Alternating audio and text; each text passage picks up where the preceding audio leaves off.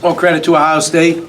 They played an excellent game offensively in terms of sharing the ball, and they imposed their will physically on the boards. You know, that was just a difference in the game, especially early. You know, we could not rebound the ball. It's the first time all season long that I can really recall our team just getting housed, you know, really on the glass like that. And the physicality of our team has taken a real drop, and it's shown here in our last two games, in particular on the road, but we had it as well at home against Maryland. And you know, our interior defense, offense, ability on the glass, those things have to be intact for us to be successful, and they're not right now. And then you know, you compound two odd halves offensively for us. Turned it over in the first half, you know, again too much, and in the second half we actually did a pretty good job of running some stuff, playing together, and got some baskets to go. But you know, it's just an odd thing. Teams go through highs and lows, and then sometimes teams, you know, really find their niche. And this team sort of has hit a pothole, so to speak, you know. But in every season, you know, the story's never written till the end. But you know, we're going to have to change paths here and change course of how we're playing. And you know, the only group that can really get themselves out of it is us. Like every team that kind of goes through it, you find your tough guys, you find your togetherness, and you have to find a sort of a way to break through in the moment of truth. And you know, for us, as we get back, our next opportunity is Purdue at home, and nothing's going to mean more than that day. Zach?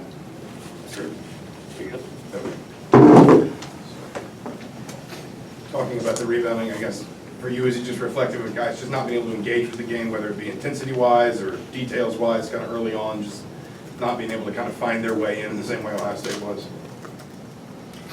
I would just say, you know, that our team has to be successful doing a number of things: getting to the foul line, rebounding, not turning it over, obviously playing extremely hard, the things we talked about. And rebounding's been a staple for this team. We're one of the better rebounding teams in the country, and we're one of the better rebounding teams in the league. And our physicality and just the energy level, getting after balls, just isn't there right now. We probably had, I don't know, 6 or 7 50-50 rebounds that end up going out of bounds that they get. You know, to me, just not getting the ball. We're not quick to it right now. We're not rebounding, you know.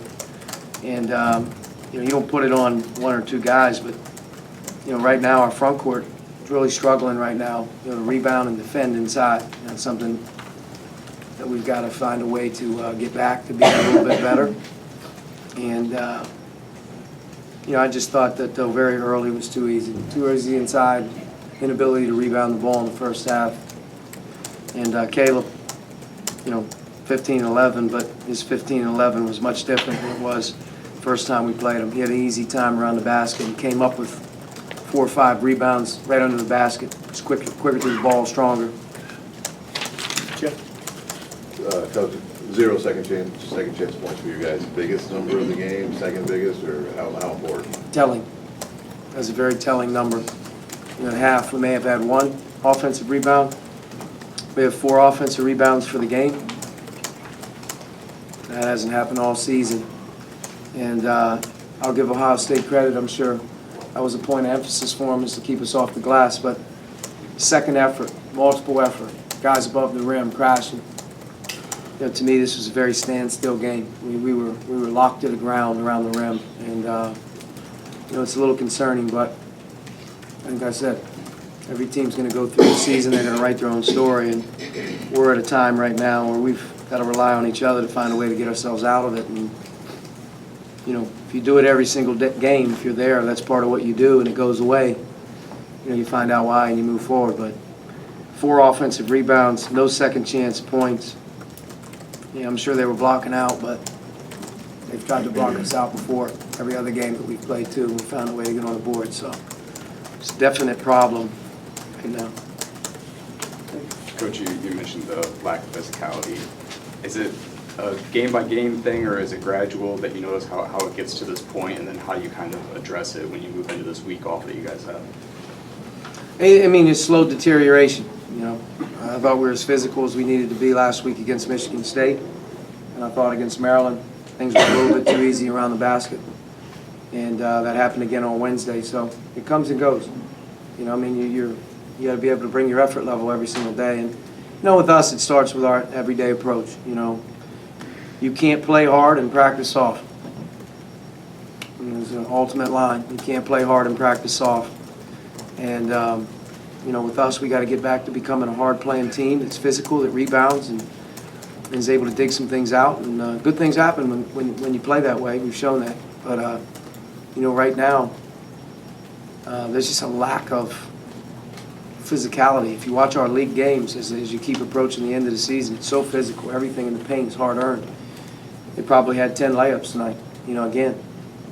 And our interior presence, our inability, like I said, to defend the paint, rebound, that's something that we have to have intact, you know, for us to be good. And just hasn't been there the last couple of days. Obviously, we have some time here to regroup, which we need to. And, you know, when we play Purdue, obviously, you know, that's when it matters. Okay, time for one more question. As the game went on, Rob seemed to be getting a little pressure on the court. Do you see that as a good thing, as him trying to take a leadership role, or would you rather him get a little bit better, like see a little better body language? You're looking for emotion. You look for anything to get your guys stirred up.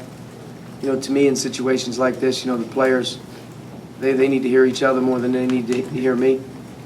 You know, on-floor body language has got to be more about next play, you know, toughness and commanding each other. But I'm sure there's some frustration out there as well. But I'm not worried about Rob.